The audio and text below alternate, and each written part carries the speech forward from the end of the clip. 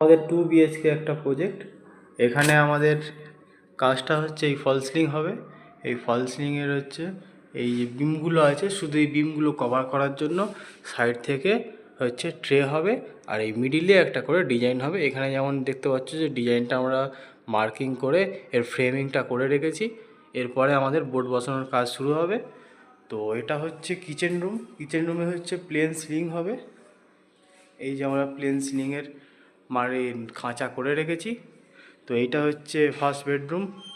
First বেডরুমে এই যে সাইড থেকে আমরা ট্রে করেছি, আর মিডিলে একটা ডিজাইন হবে। এই যে আমাদের ডিজাইনের বোর্ড কেটে ফ্রেম করে রেডি করা আছে, এই ডিজাইনটা এই ওপরে হবে।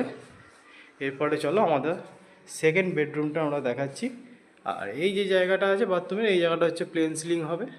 আর সেকেন্ড বেডরুমটা হচ্ছে এই ধরনের কাজ হবে। এখান থেকে